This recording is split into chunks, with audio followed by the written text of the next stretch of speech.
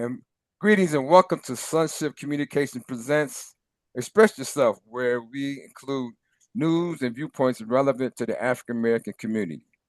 I'm Ibrahim Keith Walker, and I have my associate producer, Marlene Walker, on board. And my guests today are Dr. Pastor Deborah Gardner and Dr. Tennille Rainey, and we're going to be discussing issues with the Black woman in America. So, greetings, ladies. How you doing? How are you? How are you? I'm doing well. Thank you. Greetings, Um, doing well. well, just to start off, I'd like to, Dr. Garner and Dr. Rainey, I'd like for you please tell us what your motivations were that led you to do your research. Uh, You want to start? Go ahead and start, Dr. Bailey. go ahead. Um, so my research, I was focused on Black mothers, specifically managing trauma. Um, Part of it is personal. I think I have a son myself. He was diagnosed with high functioning autism in the third grade. And I found it was so difficult to find guidance, to find assistance that was relevant to my Black male child. And so from there, it made me just interested in our unique position as Black mothers and what we have to manage in terms of taking care of our children. And that led me to want to do more research. Awesome. Okay. Okay. Dr. Garner, what motivated you? Yes. Well, as a pastor, I pastor a lot of women, Black women who are, I would say, middle age, 40, 50s and on up. And I saw a trend of women, and even in my own life and family, watching my mother, of Black women with this expectation that they have to be strong and carry the load for everyone, no matter what.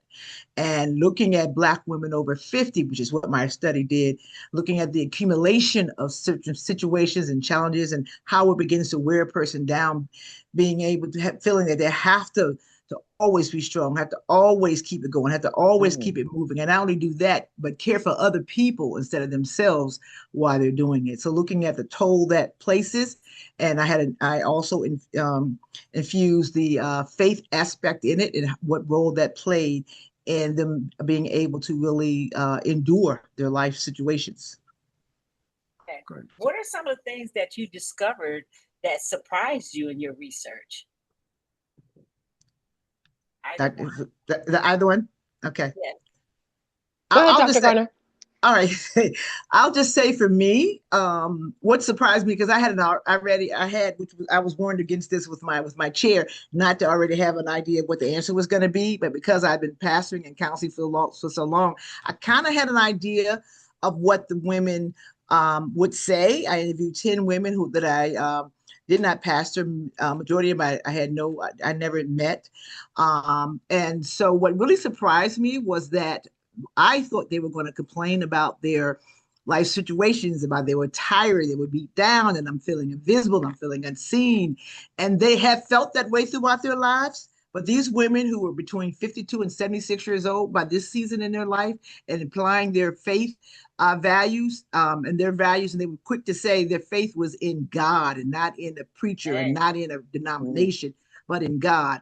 They came to realize that their strength was derived from being given themselves permission to be transparent and to be vulnerable without trying to feel like they got to always carry it on and be quiet and act like everything is okay. So they're learning to live their lives out loud. One of them said, I live my life out loud. And that really did surprise me, but I was also very happy to hear that.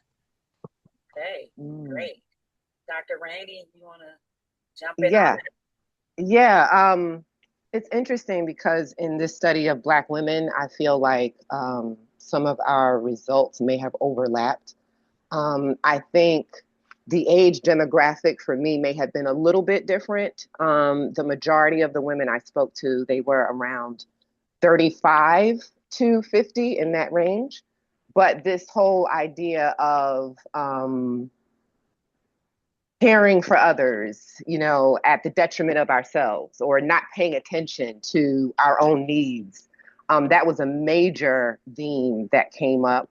One thing that I don't know if it surprised me, but I definitely felt like it was something that as Black and within the Black community, we really need to look at this more. I was looking at parental stress. And I was looking at what are the things that help Black women with parental stress. So one of the things I was looking at was emotional regulation. And I understood, like, okay, we try to regulate our emotions. We try to control our emotions before they get out of hand, right? Like, we understand that concept. But what I found surprising was that for Black women, the more we attempt to regulate our emotions, the higher we have parental stress. So I thought that was interesting, right? Like in the, right? In terms of, let's say, other communities, they viewed emotional regulation as like, yes, this is what we all need to shoot for. This is what we all need to do. But within our community, it was actually different. It was actually, you know, causing more parental stress. And I think that ties into just this idea of us managing our own emotions as Black people. I don't think that we've been taught to do that. I think that we're taught to survive America, but I don't think we're taught to really like thrive within it. And so you see all of these issues that come up from us not managing our emotions, high blood pressure, chronic stress, right? Like all of these just issues that are there. But because we may not be a population that's really researched and really focused on, which is why we're here, I just thought it was an area that really deserved our attention, because I can just see how so many issues come from us not taking care of ourselves, not, you know, really balancing all of the things that we need to be healthy, right? And so I don't know if it was a surprise, but that's what came up in the research. I see you nodding your head, Dr. Garner. You want to add to that? Yes, I'm absolutely right. Our research and a lot of the results definitely overlapped. I'm so excited to be in this conversation, because that was some of the things, because what I saw in my research was basically the journey of these women.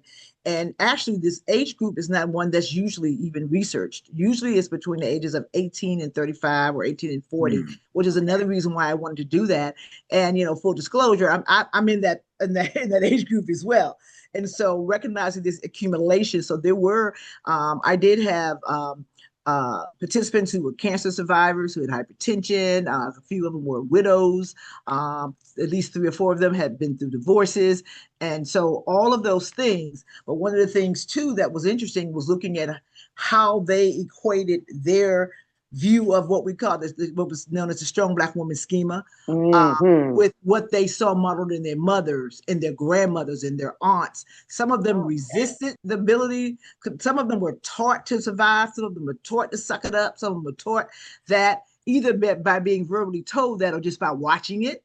And then some of them resisted that. I don't want that. You know, I don't want to be like that, because they saw the toll it took on the past generations. And I guess one other thing I will say that surprised me too is because statistically, Black people in general have not been one to really want to go out and get therapy, because we've been told you don't need therapy. Whatever happens at home stays at home. You research traumas. I know you heard a lot of that. And so they was basically taught to keep the pain locked inside, which causes all these illnesses we're talking about, right? But I tell you what, our children's generation, they got a clue. They're going to therapy. And so some of these women are watching their own children have a different shift of it. And so all the participants, all except one of the 10 participants have all been through therapy at least once. That also surprised me because of that generation, because they were like, you know what, I'm sick. And a lot of them, the doctors told them to do it. And they just said, you know what, I'm going to go ahead and do it. And they found value in it. They didn't go like an ongoing years, but it was like, if I'm going through divorce, I'm going to go get therapy. If I've lost a loved one, I'm going to get grief counseling. So that's something new and different. And I'm glad to see that. And I'm also glad to see that our children beyond Gen Xers, the generation below the baby boomers and the Gen Z, they don't mind going to therapy. And I love that for them. And I love that for us, that we are learning to take, because that's part of self-care as well. Getting therapy when you need therapy. There's nothing wrong with it. I think every single individual need to go into therapy at least once for a little bit, because there's so much locked inside of us from the things that life has done to us. Sorry if I'm talking. No, you're great. Please, I'm trying to contain myself, not give you a high five over the Zoom. It sounds like some of your research and studies and stuff does definitely overlap, and you both have some similarity experiences. So how long did I know that it impacted your family life? How long did it take for you to go? I know it had to have some impact. How long was that journey?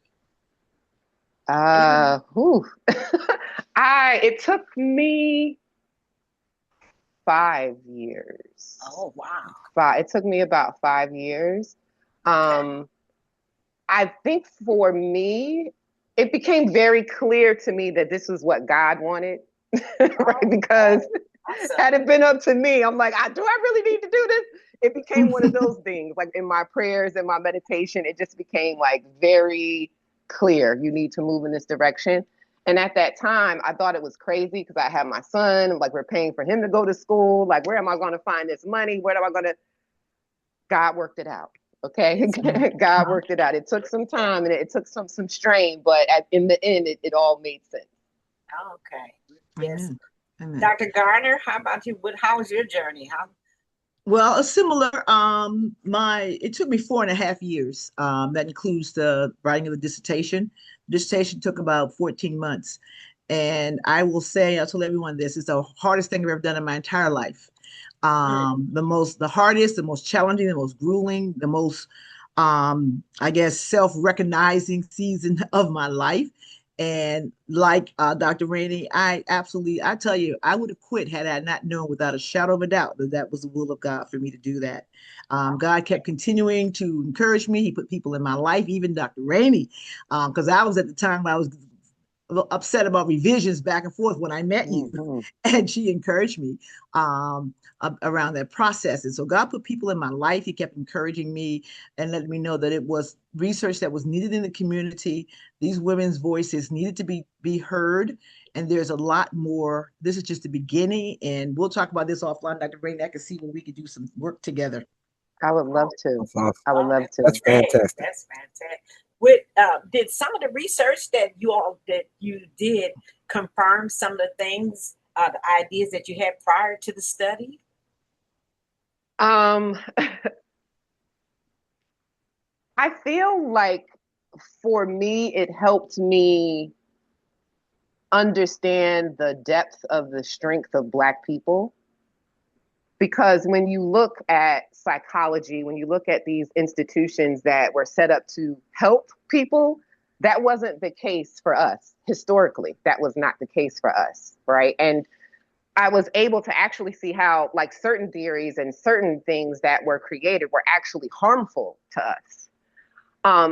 But despite all of that, despite all of the things that have been done for hundreds of years, we are still thriving. Yes. So on that end, I was more or less like, we are just truly amazing, right? Yes.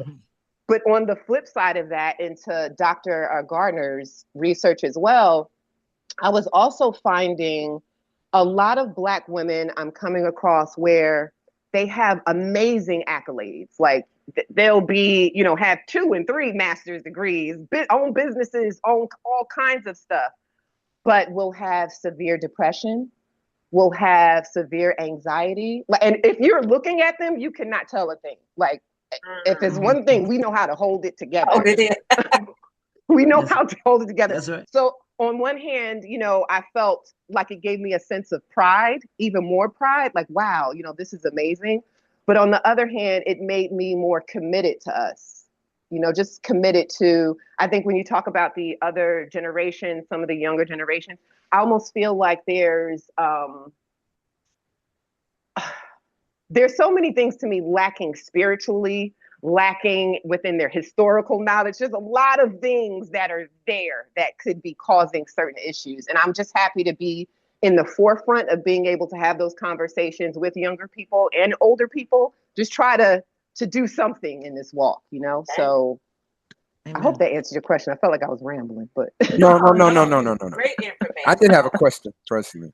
My parents separated, so the majority my adolescence was raised by my mother, but mother working, I kind of raised myself. The reason I'm bringing that up is because of course my mother was in both the age groups. And I'm just curious about what support Black men, either the spouse, the children, did you ever run across that supported the mother or the Black woman? Because I mean, as I think about it, I think I could have did better, as a teenager growing up. But I mean, I realized, of course, I had my own struggles. But I'm just curious, did you find anything like, because some people say, the Black men and Black women, they battling and combating and whatnot. I just curious about either of you. Did they mention they support, my husband support me, they don't, the brothers, I'm just curious. If there were, I will. No, go ahead. Go ahead. No, you go ahead. I was about to clarify the question. So go ahead. You may understand it better than I do. Oh, you're saying, I guess, I think what I hear you saying, asking is whether or not any of our participants talked about support that they've gotten from their male partners. Is that Right. Is that what I'm hearing? Right. Or male families or partners. Yeah. Male family, not just spouses, but male family members in general. Right. Exactly. Okay. I'll say this. Out of the 10, there was one particular glaring incident that if you read my dissertation, you'll see one of my participants knew that she was called to ministry. She was one of the ones that rejected her mother's model of what a Black woman looks like, because her mother was a single mother and her aunts, and they struggled, but they provided for their families. And she said, I don't want that. So she got married young, went to school, was an educator, or is an educator. And but she's also realized that she was called to ministry. They're in a church that does not believe in women being ministers till this day. And they've been in that church for 40 years. And she stays there because her husband loves the church and he agrees with the premise that women shouldn't preach or teach. Only thing she's allowed to do in the church is greet the visitors. That's it. And but she's a phenomenal anointing on her life, and God has set it up where she's actually the chaplain of a large organization, and so that's her church. So she's still doing it, but the fact that her husband doesn't really support her in that role, he's more wedded to the tradition of the situation. So I think that's one of the more glaring ones. The other ones, there was not a lot of talk about that, honestly. A few of them may have said that, but most of it wasn't a lot of talk about strength from, I think because they were taking care of those men too, not necessarily financially, but emotionally, holding them up as well. So quite honestly, it wasn't a lot of that, not in my study. Okay. What about Tennille? With Dr. Rainey, what did you hear anything about support from the males? No, as you were speaking, Dr. Gardner, I was really trying to think of my experience with that. And I would say, no, I didn't come across any particular like male-centered organizations that were for women or gearing their, gearing what they do towards women. It doesn't mean it doesn't exist. Okay. I didn't see that, but I will say that I would not have been able to complete the program without the support of my husband. So that's one thing I must say. It's funny because when I finally finished, I don't know if you've been like this, Dr. Gardner, but it's taken me some time to even take on Dr. Rainey, like just to announce myself like that, or even when people say it, it's like, oh yeah, Dr. Rainey. And hey, so it's hilarious because my husband, even to this day, he could ask me to like go pick up toilet paper. He'll say, Dr. Rainey, can you go get the toilet paper? I'm like, can you stop? Awesome. He said, no, I'm gonna keep on calling you this until it sinks in. And he'll say, we did this together. We did this. I need my own degree. We did this together. I'm like, you know what? You're right, because you held me down. You're right. Right. Well, I'll say that you all know my husband's personality. He didn't quite carry it that way, but he's a person who's a fixer, like a lot of men are. If they can't fix it, they get frustrated. So I was frustrated a lot those last few months when something happened with my computer. I would fuss every time I got new revisions, and I'd be in the room just talking to myself, and he'd hear me. And one time I just got so upset, I had a total meltdown, and he just said to me, I don't know what to do. I don't know what to do. So the next day he came and he laid down a huge super pack of Twizzlers and gave them to me, which is my favorite candy. So that's what he did for me. He let me know that, I'm going to just give you something that you can just soothe you or whatever the case may be. I absolutely would not have done it because I needed his permission to be away from him, because even though I was physically there, I wasn't emotionally there a lot of the time, because it takes a lot out of you. It really, really does, you know. And so yeah, he supported me through all of my life endeavors, whether he understands it or not. He's been there, and so I will say I have a strong, strong support system. He did ask me what's next. I said I'm still listening to God to get some real good answers for that. But when I find out, I'll let you know. Good. That was my next question. That led right What's into the next? segue. I'm gonna let you answer. Dave? Start with that. What's Thank you, next, Randy. Dave? What's You next? know what? It is so funny that you said, Dr. Garner, that you're letting God lead, right? Mhm. I feel like that's the exact position I'm in. And it's actually really uncomfortable.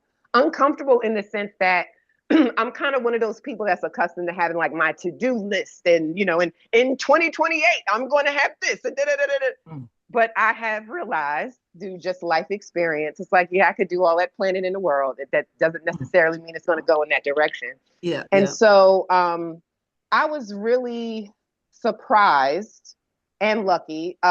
There is a coffee shop that Ty and I would visit not too far from our house. And we happened to see that there was like a little like office space that was available. We weren't, and I was not thinking of getting an office space. I was not thinking of anything. This is how I know I was being led to this. So, you know, we called, checked out the rent, checked out everything. Everything was a surprise. It was much cheaper than I expected. Everything was a surprise. Okay. The kicker, though, so I always like to just check out the land, like check out where I am before agreeing to it, just because you never know, right? And so I started checking out the area where the office is located, and it has like a little creek that's next to it.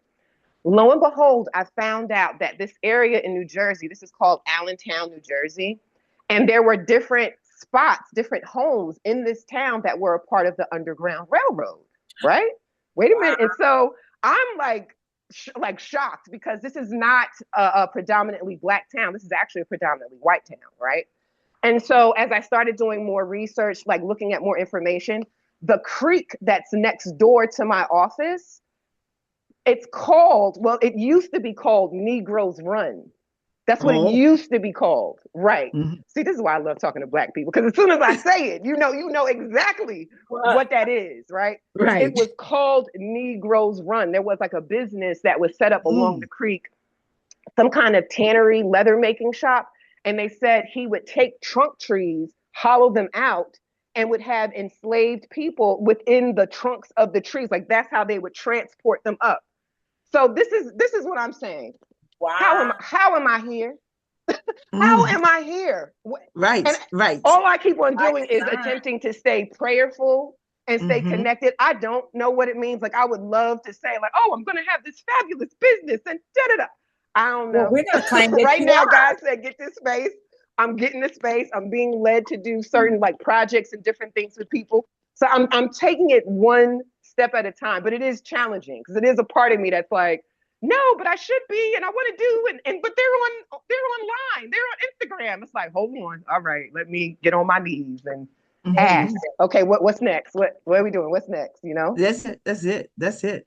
That's definitely the way to go. Just to be led by the Lord. First of all, this was his idea, so he gets to say how it goes from here. But I'll say for myself, I'm really listening and prayerful. Like you, the doctor thing hasn't fully set in. The first couple of days when people were calling me doctor, I laughed every time someone said it. I just laughed because it's like this is surreal. I'm so grateful to God for it. But I remember before I was about to defend my proposal, that's the step before the last step, and I was sitting there waiting to do the Zoom presentation, and I was very nervous. And I heard the Lord tell me clearly. He reminded me of why I was doing this. I don't know if you all know. I don't know if I ever mentioned this to you, Marlene and Keith, that I had an aunt who lived with us when I was growing up who was schizophrenic. And I'm the only girl and the youngest. So I shared a bedroom with her for 18 years. And I had a very close upfront seat to mental illness. At that time, we didn't really know it was mental. We didn't know it was schizophrenia. We just knew she was not normal. And it caused a lot of issues and concerns. And as I started going and getting into this, because the degree is in community care counseling with an emphasis on trauma. And so as I started getting deeper into it and taking all these courses, I started thinking about my aunt and how we mistreated her because we did not know out of ignorance. We were embarrassed, so we wouldn't let her go places with us because she's talked to herself. She cussed and said cruel things out loud and all these things. And so I felt really bad that I wish we knew more. And so that day, when I was waiting to do my dissertation, I mean, the defense, the Lord said, "This is why you are here." He started showing me just flashes of situations. And he said, because there's a lot of people out there like your aunt, like we called her sister. There's a lot of sisters still out there. He wanted me to be able to be an advocate, not only for mentally ill women, but for their families as well, to help them to know that mental illness is no more of a stain than a physical illness, which is what, especially in the Black community, that's like the worst thing of the worst. They say you got the devil in you, it's a demonic spirit, but no one ever says that when you have a heart disease. But if you have a mental illness, you got the devil, and we try to beat the devil out of you or pray the devil out of you. And so really make it's a whole big thing. I don't know, but he hasn't said a word to me since I got the actual doctorate. So I just need to be in the position to settle down. Yes. Yeah, he knows the right time. But But that I knows. Yes, you're right. That I know is a big part of it. I don't know how it's going to look. I know trauma is big because I've been dealing with women, with just people in my church, everybody, everyone, every single human being who's ever walked this earth. I tell you what, has some trauma, though people do not agree with me. But you cannot live in a fallen world and not experience some trauma when you're being raised by imperfect people who've had imperfect situations themselves. Some of that stuff's going to roll over on you. I can guarantee you that. So I'm being prayerful. I'm waiting. I'm still working. I'm getting more antsy about working right now because I really want to just get to the real meat of things. But God is in control. So just still waiting. You're right, Marlene. I think I got to settle down. I got to settle down from all the stuff and breathe, and then the Lord will give me some more comprehensive next steps. But he told me this is your why, so at least I know my why. All right, okay. I'm glad you mentioned your why, because one thing I was interested in getting from you scholars is I had to mention my late cousin, Dr. Virginia Weaver. She's a doctor of psychology, and one thing we discussed when I wanted to ask you guys about, when you mentioned, therapy and things that we need, when she was doing her research, most of the so-called therapy and whatnot, it was Eurocentric, where Europeans did it. And when you mentioned therapy, they, there's a lot of racism countered. They would treat, the so-called therapists would treat, Black clients one way. Well, your daddy was a criminal, that's why you're messed up.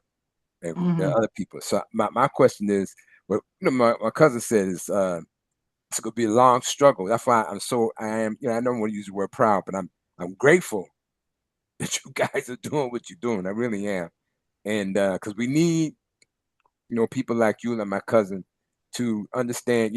I struggle. And it was going through daily. So I said all that to say, did you encounter racism? In that's a factor, or even, in getting your dissertations? I'll say this, and I'll say this publicly. I did not. Well, if it was, it wasn't in my face, because it's different when it's an online course. However, I have my degree from a university that was on the board of directors of Project 2025. So I even had a couple of participants who did not want to participate once they found out that's what I was getting my degree from, but I convinced them that we have to be in those spaces in order for things to change. And they went on and did it. And I didn't really consider that before I took the degree, before I got into the program. I was looking at the curriculum. I didn't consider all the political pieces, but as our country became more volatile, and that became more, so no, and even though you see what I did a Black-centered study, and many of the students are Black because they're online students. And if you look at their Scholar database, it's a lot of Black-centered things. So they could have put a stop to that. They could have said, no, you can't do that. But they didn't do it. I don't know why. I'm glad. But I felt like my chair, he was hard, but I didn't feel, and only thing that could have been slightly racist, if you want to call it that, I just think it's ignorance. With my participants, initially I was going to just give them military alphabets as their names. And he told me, no, give them names. And he says, give them culturally relevant names. Oh, wow. that's So, interesting. Okay. I thought he would, I think he thought I was going to do African names. But in the 50s, we were named Deborah and Donna and Darlene. Yeah, those were the names. Right. So that's the only thing. I just kind of let it go. But other than that, no, I don't. I didn't. But I've heard a lot of stories about a lot of people who've gone to majority white institutions and have had quite a bit of racism. I have a friend I tell you about offline who did her PhD on microaggressions in the higher ed, as she, based on doing her PhD. So it does happen. It just didn't happen to me directly. Okay. I think for me, within my program, there was a director. I say was because she was pushed out towards the end of my program, but her name was Dr. Weber. And she is someone that intentionally attempted to bring in people from different races, different groups, because she felt like it was needed, like just in terms of healing and bringing healing to various communities. She really believed in that. And so even when I think about my cohort, it was like one Indian woman, one Latina woman, one Black man. It was two Black women. It was like very diverse. And she always championed that. But what I do find interesting is that when it got towards the end of my program, they had a new administration that came in and she was pushed out. Now we can speculate on various reasons on why that might have happened, but many of us within the program wonder if it was because of her philosophy and how she approached things, because she was different than any other, colleague I have come across or professor I've come across. So she's someone that will be sorely missed. Sometimes we wonder if that did have anything to do with racism, because it was just something that you didn't really hear of in terms of counseling programs, someone that intentionally would look for different groups that came to an end. She wound up retiring because of what they were trying to do. So that's unfortunate. But Dr. Randy, when you were, because I'm interested in Black mothers, of course, and I'm married to a Black mother. But anyway, you mentioned like the trauma. I'm just thinking about some things Alvin Toussaint said. You heard of him, and my cousin used to tell me is that, like, for example, even working in the workforce, you might have experienced racism, and then when you come home, how you deal with it, it's you don't really want to bring the job home all the time, but when you're going against dealing with the N word, being pushed aside with the glass ceiling, blah blah blah. Did the mothers, or people around it, they ever mentioned that what those SOBs did at work or anything like that? Did that ever come up? Well, no. The reason it didn't come up is because the kind of research I did, they had to do like a questionnaire. It had maybe like 57 questions on it that was asking them about like their emotional regulation, their own parental stress. So we just didn't get into those conversations. Not to say it didn't happen, but we didn't get into those conversations for the research. Because not just experienced people say, I know Mr. Walker, and as I got older, I know when he'd be just come home, he'd be withdrawn. But I found out, when he worked at a plant called American Standard, I think Mr. Walker, yes, your father told me that he was the only Black person in there. And so I know dealing with with the Irish and the I could just say that that could be pretty tough. And it affect the family too. I will say in my study that did come up because of the research questions had to do with just different types of trauma. And so workplace trauma did come up for a few people. I have one who was in her 50s. Ironically, it was I did the study, I guess probably was in June or July. So we were in smack dab with the middle of this new administration.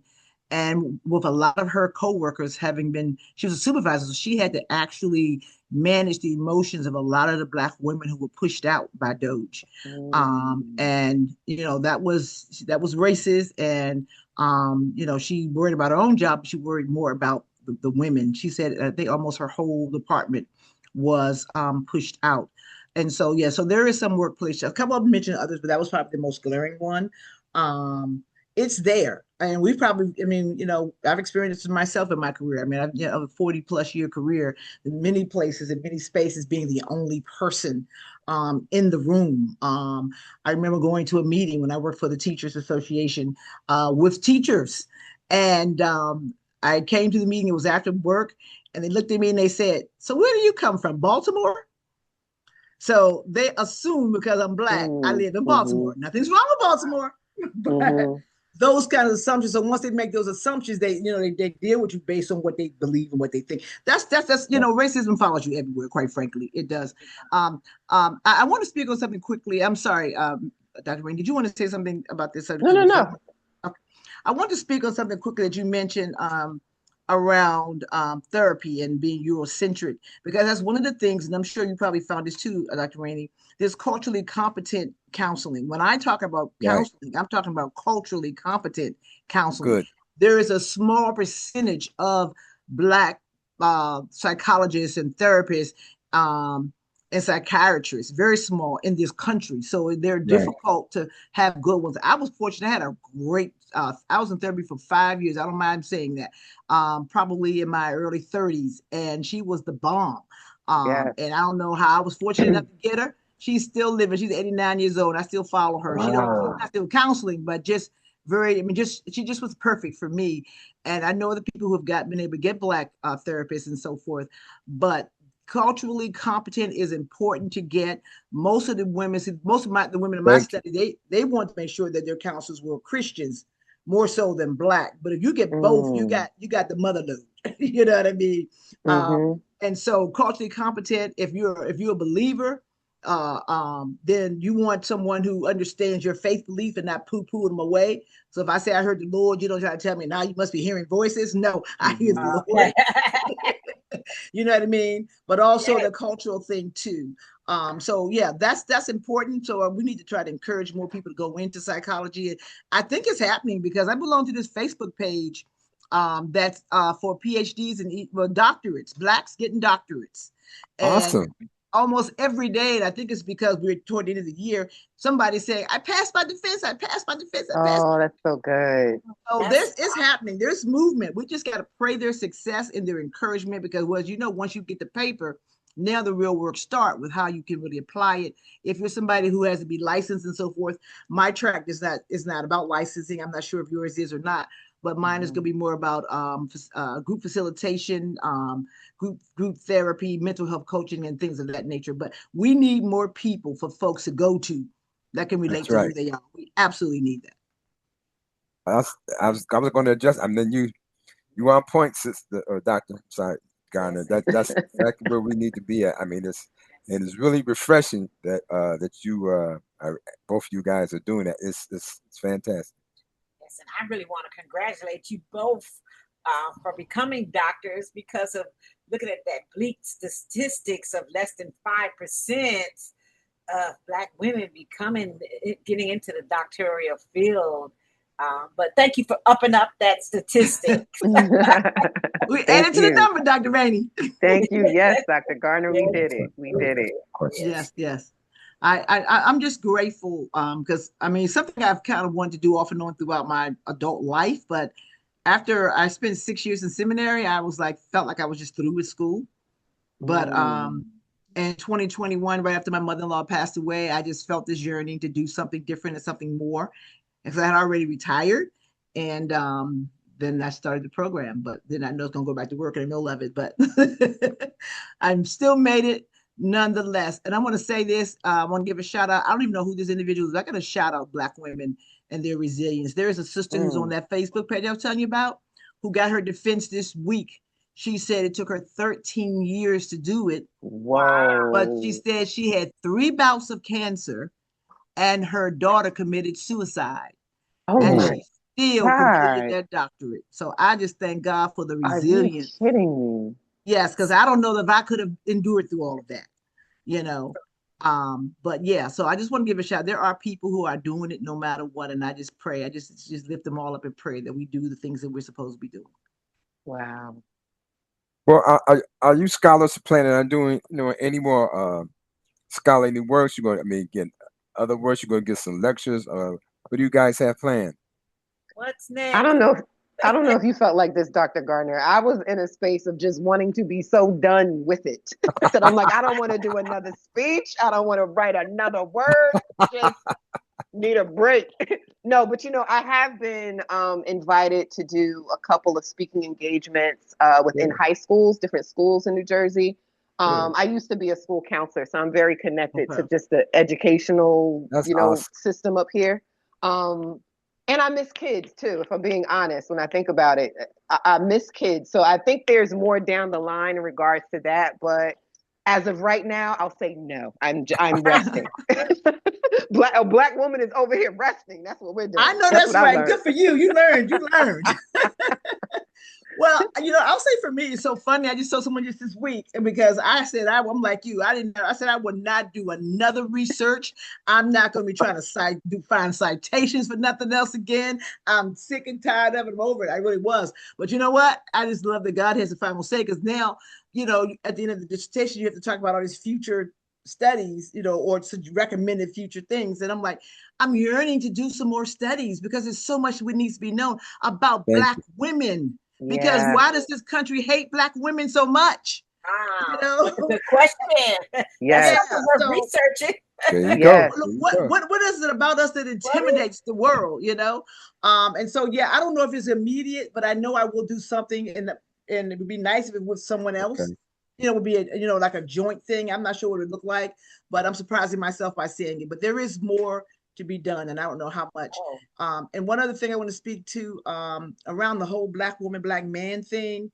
I have Black men in my church. When I talk to them about my study, whatever, I always get this feeling like, well, Black men are more expected to be strong more than women are, and basically feeling like they're being minimum diminished, I'll say, Hmm. um, because of this study. I'm like, no, I'm not saying that. I'm just focusing on what's happening with Black women. I grew up with 4 brothers. I know that you have your own struggles, but this conversation is just about Black women. Black men are okay. in it, but they're not. It's not comparing one, because that's what the world wants to do, is divide us.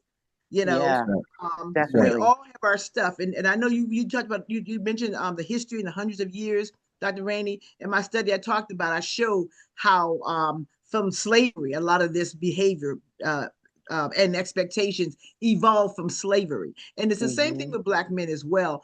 But just allow us a space, if that's what I'm called to really focus on the travails of Black women and lifting up Black women and helping them to be more confident, helping my granddaughters and whatever, and your daughters and granddaughters to be more confident, then that's the lane God put me in. But somebody Hmm. else is in a lane for the brothers, and because I'm a pastor, I mean, I do cross over both. But I don't want to ever feel like we're diminishing the struggles of Black men in any way, Oh because No, no. we not know Oh that done. they're no. real, No. that they're No. there, and that they are there. No, we're not to get on the soapbox, but we do need you to go to Sonship Communication Presents because we have some strong Black women on there. We have the Galloway up in Buffalo. She's fighting human slavery. I mean, Mhm. that Mm. human. She's a You talking warrior. about trafficking? Yeah, human Yes. traffic. I'm sorry, human Oh, traffic. okay, Yeah, amen. she's Regina Diane Galloway. I mean, that's we had the Yorba Richard. She did 2 documentaries. We had her on that Sonship about Rosa Parks. Mm. How strong she was and what she went up against, and just talking to people, my generation. Most of the Black organizations we've been in, the women were the backbone. Just the brothers were just the rhetoricians, just keeping it real. The women were out to getting the petitions, getting the food, raising the money. I mean, just Mhm. most Black organizations that I've been involved with, even know about, is a core, strong Black women. We cannot minimize the Black woman. And then, of course, not just because she's relative, but the baddest warriors back in the day was Harriet Tubman. Mhm. She was a Mhm. warrior. Mm. So we have to recognize, can't do anything without the Black woman. It's hand in hand. Mm. Yeah. not going to be So- minimalized. So there's some truth to that. Behind every strong black man, there's a strong black woman. Yes. Yeah, or maybe she might even be in front. No, Okay. Right. before you guys go, I mean, how can our listeners pick up your dissertations? I mean, how can they find them? You know, because there's some fantastic research you guys have done. Well, for me, they can just Google my name. I discovered you just Google Deborah Ann Garner. My dissertation pops right up. Okay, okay, that's And, fine. and for me, for my therapy services, they could go to Rainey Wellness. That's RANEY, wellness.com. And then, like Dr. Garner said, if they Googled my name, Tennille Rainey, it should come up. I mean, because I mean, for the subject you picked, I mean, this is fantastic, and just can't say enough. I mean, I'm really, you know, I hate to use the word, but I'm proud of you guys. Yes. It's very important what you've done, and we have to pass it on to our children and our grandchildren. They need to be aware of scholarship, number one, and the impact of your research, because I mean, it's needed. I mean, and it's some powerful research that you did. Before we end, can you ladies just share your titles of your dissertation just once again? Yes. Sure. With mine, it's evaluating the impact of mindfulness traits, emotional regulation, and resiliency on the parental stress of Black mothers who've endured racial trauma. I know that's long. It's a mouthful, but Well, it's a that's lot of good. Okay. information. It's long. Interesting. Yes. Awesome. Dissertations generally have long titles, don't they? Okay, I see. Mine is The Pressure to Endure: How Black Women Over 50 Navigate the Dichotomy Between Human Resilience and Supernatural Strength. Mm. That's man. That I'm is. gonna look yours up. I'm gonna look yours up. I mean, You that's- see what God be doing? You see what God be Yes. doing? That Yeah. area of resiliency. That's a big That's- one. Yeah, That's the a big one. resilience. That's it. That's the key word right there. That's the key word, Yeah. and it seems to Yeah. come across We- both of you all. Yeah, that's That powerful. resilience and That's powerful. and you And- know understand that you all took some time out of your family lives, and I'm sure it had some impact. But that resilience, go girls, go ladies, go Definitely, doctors. definitely. Yeah. Mine was done in the midst of two hip surgeries Wow. Okay. in the middle of okay. all of that, and losing a couple of really close people to me. But you know what? That Oh my resilience. gosh. You know, that resilience, you just keep going, especially when I don't care what anyone says. If you know God is telling you to do it, there's nothing that can stop you. You might pause for a Seriously. minute, but you're going to keep it moving, because you know what? I just want to do the will of the Lord no matter what. And when you talk about that spirituality is missing, that's really what we want to model, what we want to talk about. And I'm teaching my people to be able to do it in a way that's not a turn off to people, to the Yes. young people. You know, like this, we're not talking about, you know, beating you over the head with 20 million scriptures or anything like that. It's really about modeling, living a life of purpose, a life of destiny and compassion and love for one another. And that's what I hope to be able to help to continue that narrative in that regard. Yeah. I, often have this conversation with some of my younger clients being like, let's say in their 20s. And I explain that from my experience working with different people involved in all kinds of different religions, different things, I find that those that have a spiritual foundation, some kind of spiritual foundation, they pray, they, read the Bible, they have some kind of spiritual foundation, they have more emotional resilience, emotional flexibility than those that don't. So I just try to do it according to my experience. This is what I have seen. It makes a difference to have someone to call on. It makes a difference. Absolutely. Absolutely. Mm-hmm. Yeah. And you know what? I'm glad you said that, because I would just say that Keith would probably enjoy this.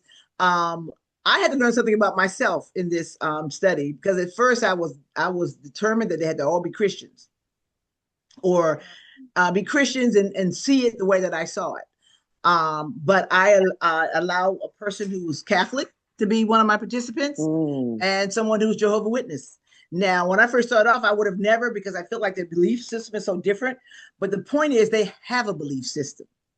Yes, and their belief system is God to them, however they see it. And so it opens me up to be more. So that's going to be helpful as I go out in the community, because you can't just be you can't be narrow and put it in one box. You know what I mean? Mhm. Because that's a Mhm. big way to turn people off as well. But also, people have a right to what they're doing. But those two women, and they were some of the older ones too, which means they've been in it longer. They had just as much faith in what they believed and how they believed it, and that faith is still what caused them to be able to be resilient Brilliant. and to Oh, see life Mm. from a different place. So we've got to give people the space in the room to be able to believe how they believe. Mm. That's fantastic. You gotta have can't do nothing without God in your life. Absolutely. Listen, this is That's what I've right. come to find. Yes, for You sure. and me both. And I love that you're by the Underground Railroad. That's awesome. it is. Listen, and I've been I just keep on praying because one of my prayers was about like you mentioned Harriet Tubman, and Harriet Tubman is literally I just exhale her so much in terms of just like what she's done, just the courage and the strength, and I think so much about her in regards to this space I'm in and like what it means to tell the truth about some of the Mhm. things we see going on and really speak to trying to help, truly help people, not just perform. Because that's the other thing too. I think when you look at like social media, you look at just different ways people act as if they're helping. I don't want to do it like that. Like I really want to provide true service to the people, to our people. All So right. That's Believe you're awesome. gonna do it too. Mm. You are, one you step at are, a you. time. But you know what? It's interesting. You said that Harriet Tubman's in my paper too. I mentioned her. I mentioned Ruby Dee. I mentioned Sojourner Mm. Oh, when I'm doing my historical context. But I just talked about Harriet Tubman in my when I preached this on my live on Thursday. I always use her as an wow. example of one who heard the Lord. Mm. Because my whole thing is just because nobody's ever done it doesn't mean it's crazy. Doesn't mean you shouldn't Mm, do it. People there you laugh at you go. and mock you and say, "What's wrong with you?" I have people tell me, Woo. "Why are you getting your doctorate at your age? Why you should be somewhere, even my kids, you should be somewhere resting." No, no, that's not how God wired me. You didn't work I your will hands. rest. I will rest the way I rest, but I'm supposed to keep it moving, right? But Yeah. Harriet Tubman, she did the unthinkable, and you know it had to be God. Mm-hmm. Who else would have Mm, given her that idea to do the Underground Railroad? So yeah, she's one of my heroes too because she listened to Mm-hmm. God okay. no matter what. Even her own husband did not want to did not want to do the Underground Railroad with her. He was afraid of being caught and being killed, which is understandable in that time frame. But she was Of willing to course. take the risk. Why? Because she know God said it. Mm. This is Yes. not just because you mentioned Harriet Tubman. There's a book about I can't remember the name of the battle, but they study that military tactic at West Point. Mm. There's a battle where she went up against about a couple hundred, like almost a regiment of Confederate soldiers, and tried to ambush them. And she led the attack, Wow. and they Mm-hmm. study that at West Point. Mm-hmm. You I tell me think I that just wasn't saw God. the movie too. Wow. The movies They that mentioned in the movie and one of the movies that that they had about her. Oh, she's a okay. I have to warrior. look that up. Yeah, she's a warrior. I Just mean, like you ladies, well, just Dr. like you King's are. wife. I mean, Coretta. Everybody. He couldn't have did it Yes. without Coretta. You know, it's, Absolutely. You a warrior too, my sister. You raised four boys. Not alone, obviously. You have Yes. your strong partner. Woo. But being a I know woman, that's right. having to deal with four boys and their stuff and their personalities, Alpha men. Yes. Alpha okay, men. okay, Alpha okay. men. Yes. Give her flowers. Give her flowers. Thank you. Thank amen. Really, you. I'm seriously. so I mean, proud we're of all you warriors all. in our own way. Yes, I'm so proud of you ladies though. It's for your it's been so inspiring just to know you all and just to see your struggle and your journey and stuff. And it truly is a blessing to even to know you all. So Oh, I I'm looking feel the forward to same. Bless all you. that's coming. I'm excited for you. Please, I'm looking please. forward to everything that's coming out there. I Right. know it's something, so I'm looking forward to it, ladies. I Right. Yes, appreciate look, you as soon as both. we get some rest, right? As soon as you get the rest. After you rest, ladies. I don't think it'll be 2026. long, but I don't think it'll be long, but after you rest, ladies.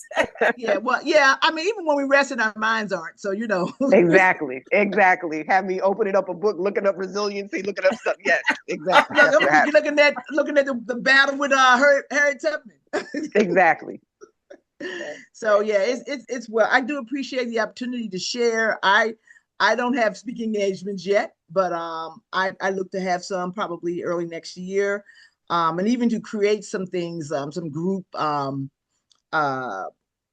counseling or coaching Good. in our community.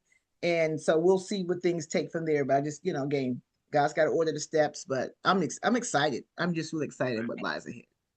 Well, we're And I'm excited excited too. to work with you, Dr. Rainey. I'm sorry. Same here. Same here. On a mission. Well, we like you to let your friends and associates know they can go to YouTube. Sonship Communication Presents to see this discourse, and we're really proud to have had you. And keep up the good work. I mean, we're so proud of what you did. It's an honor. I really appreciate you giving the time for us. We really, really appreciate it. Thank you. Well, Thank you for thank you. having me.